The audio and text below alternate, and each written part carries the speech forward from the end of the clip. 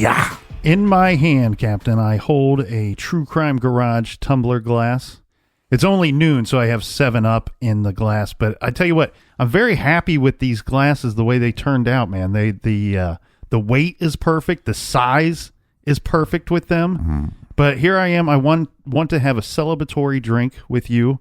So I raise my 7-Up because it sounds like puss face. It sounds like they may have solved, or at least we're getting very close to an arrest regarding the Aurora Hammer Slayer case. Yes. So we covered this in January of this year, which was kind of shocking to me. It seemed like a long time ago that we covered it, but the case seems like a couple years. It didn't it? Yeah. But those are episodes 175 and 176 for those of you that are smart enough to have the Stitcher app, right?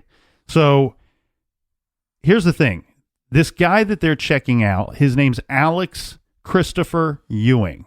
And I say checking out. Now, this could change, man. This could change as we are sitting here in the garage without TVs in front of us right now. This guy could actually be charged. The way I understand this, he's technically not been charged with anything, but he's by far the most interesting suspect that they have so far, because this is a guy that has proven he is capable of acts very similar to the horrible acts that happened in Aurora back in, what was that, like 1984? Yeah. Yeah, so listen to this. This dude, Alex Christopher Ewing, you'll be glad to know he's already in prison. He's 57 years old. He's serving 8 to 40 years in a Nevada prison. Now, he's eligible for parole in July of 2021, and his sentence will expire in April of 2037. So 2037, he's 57 years old now. This dude might be practically a lifer, right? He would be he'd be about 77 at that time. Now remember, this is the case. It was January 4th, 1980. Well, there was a series of attacks, four separate attacks, and it sounds like they like this guy for at least 2 of them. Remember when we covered this, we had some questions as to if all 4 were actually connected. I personally believe that they're all 4 connected. I have a hard time believing that they wouldn't be. Right. They're such similar attacks, and they happened so close together. And I think if this is the right guy, Captain, I think we were right. I think we nailed this thing, meaning in a sense that we said we solved it. Well, we're fully responsible. No, I mean, couldn't be further from the truth. But the thing here is, we were kind of offering up little tidbits of a possible profile of this guy, stating that we thought this was somebody that was young, somebody that was physically strong. So he would have been he would have been 24 when these attacks went down. And we also had the DNA where they made a profile of his face, like they did the DNA. And if you look at what they came up with and the guy that they caught, not that far off. No. Yeah. That's actually the first time I'm seeing those side by side. And you're right. That's pretty close. And with that snapshot DNA, I keep calling it that, but I don't know that that's what they actually call it. But anyway, they make a computerized composite sketch of the perpetrator using the DNA. And they even did an aged enhanced one, what he would look like all these years later. And you're right, Captain, it looks pretty close. Yeah, but here, okay, look, they got a couple things wrong. If you look at the DNA. His nose is a little more pointy. A little bit in bigger real life. nose. But look at that mouth. That mouth. That's what it looks like. If you had to make a sound for what his mouth looks like, it would be... That might be one of the douchiest faces. And I'm not just saying that because he's a killer. I mean, there's definitely some douchey faces on people. Well, we don't know for certain that he's a killer yet. Look at that face. How douchey is that face? Well, and just when you think that it's not that douchey. Oh, wait. His younger face is worse. It's like he has this... I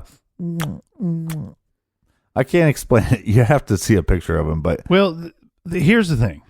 So this guy, if he is connected to all 4 of these attacks that we discussed, This is 4 hammer attacks in the metro area over a 12-day span. And what I meant by one thing I think we were close on when we were kind of adding tidbits of our own thoughts to a possible profile of the perpetrator of these crimes is we said that what this shows us, that this many attacks in such a short period of time and attacks that are extremely, extremely violent, we were saying this looks like a guy that's off the rails, like that has completely spun out of control and he's just attacking at will. And I think where we kind of got this right, Captain, was, like I said, this dude is in prison right now. Why? Because he's been convicted of a similar attack, and he's also been a suspect in another similar attack. And these happened just days after the 12-day span in which he was attacking people in and around Aurora, Colorado. Yeah. So 11 days after the attack on the Bennett family, that was the family of 4, and 3 of them, unfortunately, were killed in that attack. Someone broke into a home in Kingman, Arizona, and beat the resident that was inside with a rock. Now, Ewing has never been convicted of that. However, he was arrested in that case. And I don't want to sound like he's innocent at all in this case.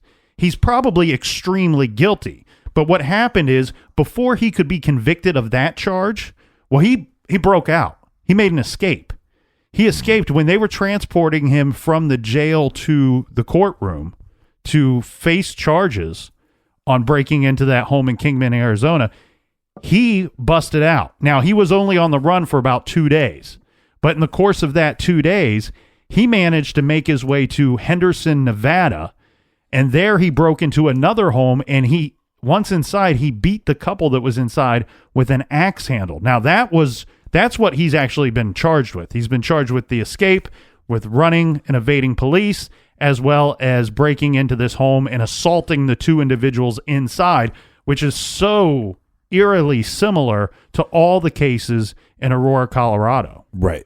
I think one reason why you're not connecting them, or maybe why law enforcement didn't, is because the locations. It'd be a pretty far distance. Now, I've seen several news articles on this, and I went to 9 News is a great station out there in Denver. And I also went to, I think it's called... I prefer 10 News. The Denver News. Mm-hmm. All of these outlets, and I think I said this when we covered the case, they all do a very good job of presenting these stories and telling the facts and telling what happened. Regarding the information coming out, this is coming out late last week, and we still need to be filled in on some of the information. It sounds to me like DNA is what is the link here, and that they've been able to possibly link this dude's DNA to at least 2 of the 4 attacks that happened back in 1984. Right. Like we said, we had the DNA so we could do the profile pick. And I'm pretty certain that Parabon Nanolabs, a company that we've discussed often and actually recently, we've talked about them a lot lately. I believe they were the ones that did that computer composite of the possible perpetrator. Mm-hmm. So I kept reading and looking for those magical words, Parabon Nanolabs, to see if they were the ones that worked this DNA and busted this guy. But then the thing I kept thinking about, though, Captain, is, look, not only were we right about saying this dude was off the rails, and this guy, think about this. 11 days after he kills 3 of a family of 4, he's at it again in a whole different town, breaking into another place. Whole different state. Yep. Yeah. And several people we talked to leading up to this case all said the same thing. If this guy did all 4 of these, it would shock me if he would stop. It would be very incredibly hard to believe that an individual like this would stop. Right. And he didn't. He just moved to a different territory. And who knows how many homes he would have broken into in that area. Well, and when he got caught, who escapes from prison? Not a lot of people. No. Not a lot of people. And the first thing he does while he's on the run is, I'm going to break into another home and do the same thing here.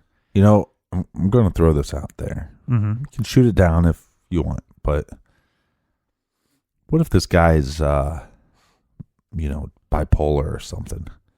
And what I mean by that is that this guy went on this spree. Uh-huh. But that could be like a manic state. The guy got in a hypermanic state. Right. And in a hypermanic state, you have almost, I'm going to get shit for this, but you will have more like superhuman strength. You're going to be stronger. Your energy is going to be more. And what if he just went from one to another and to another? I don't know the guy's mental state. I'm just saying. Yeah. And we, before you start typing out the long email to me, we're not trying to suggest that people that are bipolar are violent individuals. We're looking at this very specific case right here with this one individual, and we're just bringing up some questions here. What something triggered this to happen? That's what I believe you're saying, Captain, and you're absolutely right. Something triggered this to happen because before that 12 days, as far as we know, he wasn't busting into people's homes and killing them in the middle of the night. Some shit happened. Some shit went down. I mean, I don't know what some shit. No, but that's what I wonder, because what if it's just this state that this individual got in, and maybe it's maybe the person's psychotic. I'm not sure. I'm just saying that it seems like this rampage almost seems very manic to me. No, I agree. And that's why I think you're seeing so many attacks in such a short period of time. This is nothing like, when we covered the Colonial Parkway murders. Right. There's almost a year in between those attacks. Right. That seems somebody, like thought out and planned. That's somebody that wants to be a serial killer. That's somebody that's like, what? I'm going to find victims. I'm going to find perfect victims that I have deemed perfect. And I'm going to kill them in this way, that way, and this way. And this is how I'm going to get away with it. And also, look, those individuals have to, if you're going to make a case that these killings are going to happen just on the Parkway, that individual has to be of the sound mind of, I pulled up, I got a couple there, maybe I can attack. And then they look at the surroundings. They realize there's more people around there than they thought. They back away from the attack. You see what I'm saying? Like this guy has no control. No, you're right. What you're saying is, okay, the difference between the two is this. Right. Okay, the serial killer, the Colonial Parkway murders, that person or persons, what they were doing is similar to what a hunter would do. Right. The climate needs to be right. The weather needs to be right. My stand that I put in the tree needs to be in the right location, angled this way, and I want to be there at this time of day. And if something crosses my path, I'm taking it down. And it's very methodical. It's very thought out. It's very planned. It's almost like a ritual.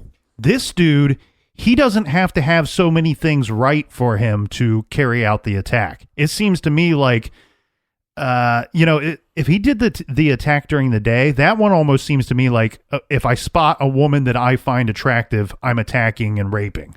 That's right. It seems that loose of a plan, very disorganized. We would call this person, label him a disorganized killer in most of the senses. Question things that I hope are answered that we question. Did he bring the weapon with him, or was it a weapon that he found in the home or in the garage on his way in? Remember, I really suspect this guy went in through the man door in the garage, and he could have picked up a weapon on his way into the home. Most disorganized killers do not bring a weapon with them. On his other attacks, he didn't bring a weapon. Is that what it says? Well, no, I'm just saying that you said that he hit the one people with a rock. Right. Unless he was lugging that rock around for days. Hey, man, this rock looks like a good weapon. Let me put this in my pocket. Well, that's interesting. And I tell you what, I finished, now that I've finished The Kill Jar, which is a book that I'm very happy that we're going to talk about more this week. I started reading The Man from the Train, and forgive me, I don't have the author's name. Wait, hold on. I don't want to pick on this author, but the title of the book is The Man from the Train. Yeah. Okay. It's a great title, and actually, once you How's that a great? because that's It's a very creative title. no that this author claims to have solved quite a bit of cases, and he's during the course of the book he's referring to the killer as the man from the train. Yeah, I get it. I'm just saying there's probably a more creative. What should he call it? I don't know. I haven't read the book. Thomas Smith. But what I'm saying, he might have cracked a bunch of cases, but he didn't crack the case of a creative title. Okay. That'd be like somebody writing a book about us and saying Two Men from the Garage. That's all I'm saying. I'm sure it's an awesome book. I get what you're saying. I think it's a clever title myself. Two Men from No, that's a terrible title. Anyway, but the thing that's interesting about this case, the man from the train case, is that it's also it's very much like this perpetrator, like Alex Christopher Ewing, if in fact he did do all these murders and these attacks. It's a guy he rides the rails, he gets off the train, and he's looking for just like two or three specific things. And if he can check those boxes, you're in a bad place, because he's going to come into your place in the middle of the night and he's going to attack your entire family. And he only needed a few things. He wanted your home to be close to the railroad tracks, but also away from town. Not in the middle of town somewhere. Right. And he's looking for one thing, and one thing that a lot of people had back then. These crimes took place in the very early 1900s. He was looking for a wood pile with an axe handle sticking out of the top of it. And he would use that axe to go into your home and destroy your family. And it's very... We've covered so many home invasions lately. Well, those, to me, personally, those are the scariest cases to me. Because, I mean, you're talking about someone just coming into your home. Where do we usually feel the safest? At home. And this is somebody coming into your home and taking control over you and the occupants inside the home and killing you or doing whatever they want inside your home. To me, that's the most terrifying of all of these monsters out there. Well, I said before, we're probably in the golden age of catching these monsters, but we're also in the golden age of waiting. Because, I mean, even with the Golden State Killer, now with the Aurora Hammer Slayer, what was the other one that we covered? Well, Christy Merrick, but right, that guy's been convicted, right? Yeah, DJ Freeze. So he's been Freeze. Yeah, he's been convicted. But we're also waiting on April Tinsley. Right, we're waiting on. So golden age of waiting. Speaking of golden, though, the Golden State Killer, that dude is he's dragging this thing out, because what he's trying to claim is that he's old and frail and he's got health problems, and so he's trying to delay his court date. Yeah, I mean, he is an old piece of shit. Yeah. And April Tinsley, I think, will get a conviction before even convicting the Golden State Killer. In this sense, too, I think this one might move along rather fast, because if this guy did it, if Alex Christopher Ewing did this, he's already in prison. I think that's going to move things along faster, one. And two, right. Remember what the prosecutor did that was very clever. He actually already has an arrest warrant issued by the state of Colorado for this individual. But it's the individual who owns the DNA, let's say. Right. So there's not a specific name on this arrest warrant, but whoever owns that DNA, that's who the warrant for arrest is for. So what my thinking is here is, we probably know about this Ewing guy because somebody leaked it to the media that, hey, we have some leakage. Well, we got a guy that we like, and we're in the process of getting a warrant to get his DNA, to extract his DNA and confirm that it matches these two cases. Right. I don't know how much of a defense he can have if it matches in both of these cases. I'm curious. Dude, he can pull the Shaggy defense all day long. Not that it's used very much, but I'm curious if there's the death penalty in Colorado. Because if there is somebody deserving of that, it's certainly the perpetrator of whoever killed the Bennett family. Yeah, but I think I wish law enforcement and prosecutors and just the justice system in general, if they got hip to the idea that, yes, he's deserving of that, but how much, and I think a lot of them know this, but it's so much harder to convict them. And then once you do convict them, all the appeals that they get, where it's like if you just pulled that off the table, it's a lot easier. Mm-hmm. And now I think what they're doing now is saying, okay, we'll pull that off the table if you give us more information. Right. Well, the thing here is, you know what would be interesting, and I've seen this happens on occasion. It's pretty rare, and I don't know why it is so rare. Maybe you're not allowed to do it. I don't know how, the court systems vary across our great nation. And so what I'm talking about here is sometimes in some of these cases, what they will do is if they suspect you of having killed 3 or 4 people, especially when you have a case where there's 3 people in the same attack as we have here with the Bennett family, sometimes they'll just charge you for one of those murders.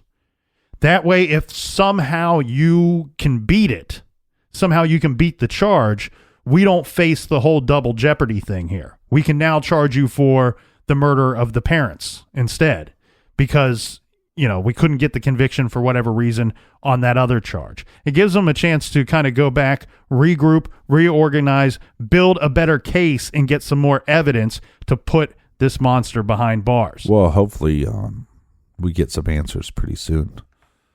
Well, on all these cases. Yeah, no, I agree. The thing, what's weird though is, I had mentioned maybe we would see a break in the Lane Bryant murders because of this new technology. I don't want anybody to, don't want to be a Debbie Downer. I'm starting to wish that I had not made that statement, because it doesn't look like that case falls into the same category as the cases that they are making moves on. Yeah. And what I mean by that is the 4 major cases that we've discussed where DNA seems to be, the new technology of DNA seems to be the spearheading the investigation and making the break in the case in these cold cases. 3 out of those 4 cases, there was a lot of DNA. There was a lot of DNA evidence. And Lane Bryant, there's not a ton of DNA evidence left in that case. So what I think we should anticipate and maybe expect to see moves on here soon would be cases where there were a lot of DNA, meaning multiple crime scenes, multiple victims. The one that I think that we could see a major break in soon, and I really hope so. And when we do, not that, all these cases are tug at the heartstrings equally, but that's not true. Look, there's a lot of cases that they just affect people differently.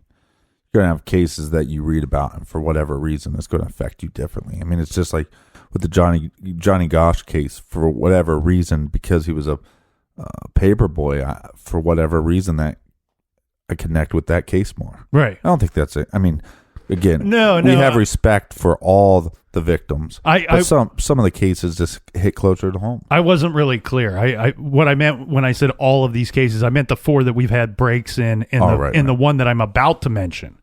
And I said that because, it's noon, so I got 7-Up in my tumbler, and Puss face. I've already had a real celebratory drink when I heard that there was going to be an arrest in this case, and I did the same thing in the other cases, and I will do so with this one as well. The yogurt shop is the one that I think that we might see a break in. That is a case that had, it's a bigger case. One of the most famous, if not the most famous case in Texas. Right. And there was DNA. But the thing that I kept wondering about with the yogurt shop murders, so for these cases to be solved in this manner, they have to be submitted and paid for, the test paid for by local law enforcement. And the thing with yogurt shop, as much as I think that they would love to make that case and put a case together against someone. The thing that's tricky about that, remember, there were 2 guys sent to prison for Yogurt Shop and eventually released, and they've not been rewarded any kind of compensation for their time in prison or for their possible wrongful convictions. Because remember what the judge said when they tried to say, hey, look, we were wrongfully convicted. The state owes us something. Well, Texas law makes it so that, look, if the captain's convicted of these charges, he serves a little bit of time. Wasn't me. And then later he's let out because he puts together a good appeal. Right. And he's out. Well, it's not technically a wrongful conviction until you can prove that you're innocent.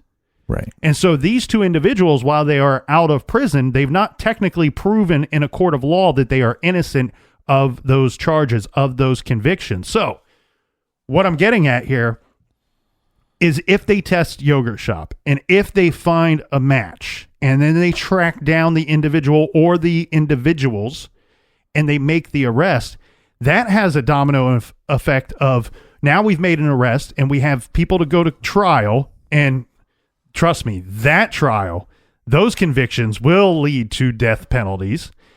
So we have those domino effects, but we also have the domino that we have to pay these 2 guys. Right. Because we know they're innocent because these other people did it.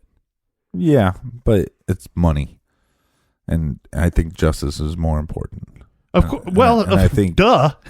It's but that's you and me. That's you and me. We're regular dudes. We're smart dudes. We are not corrupt dudes. There are corrupt individuals. But the majority of people getting into law enforcement no. corrupt people. That's not what I'm saying. What I'm saying is there could be a speed bump along the way. There could be one individual. I know majority of them are good. I know the majority of them are great. But there could be one bad seed in there. Yeah, don't push it too far. They're good. There'll be no money. No. Yeah, but so hopefully we get some answers on that. I need to try to find this picture for you to see. I would expect I would expect real charges against this guy this week. If he is in fact their guy, it won't take long for the test to come back. Okay. And I would expect real charges this week. Like I said, this could be happening as we are talking about it right now. You know, you'll hear off the record tonight. This action may have already happened. Right. And I hope so. The sooner the better. So you're scrolling through our website. That's our website right now, right? No, this is our Twitter. So this is our Twitter, and I saw a picture of Bill Smolinski, who we covered last week. Turtleneck sweater with the chain with the turtleneck sweater. Missing individual from oh shoot. I'm already forgetting. I'm already drawing Connecticut. Billy Smolinski from Connecticut missing. His mother sent us a really nice email thanking us for the episode. So I want to, if you're listening, thank you for the email. This story. This, the Mara Murray dudes. Which one is Tim and Lance? Tim's the taller one, right? Lance has the they're equally as handsome as one. I'm going on the record and saying Lance is more handsome. I like the little beard there. Oh yeah, but Crawl Space Podcast, that's the kind of the new thing they're doing I believe it's a weekly basis. But Tim and Lance, good friends of ours.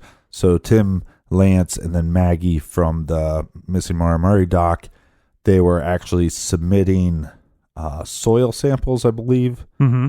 And when they went to, you can see the soil samples here. This is on our Twitter page. I retweeted it. But you see they're filling out this paperwork, and then this lady is going to be testing it. Right. Where she works for the people that test it. And when they walked in, she happened to be listening to True Crime Garage when they dropped off the soil samples. Wow. And so they were like, hey, we know those guys. So they're in New Hampshire? Yeah. With these soil samples, they go in and she's listening to the captain blaring out the speakers. Yeah. telling her how handsome Tim and Lance are. Yeah, if you haven't checked out that show, check out crawlspacepodcast.com. There's an episode of me and the Colonel talking with Tim and Lance.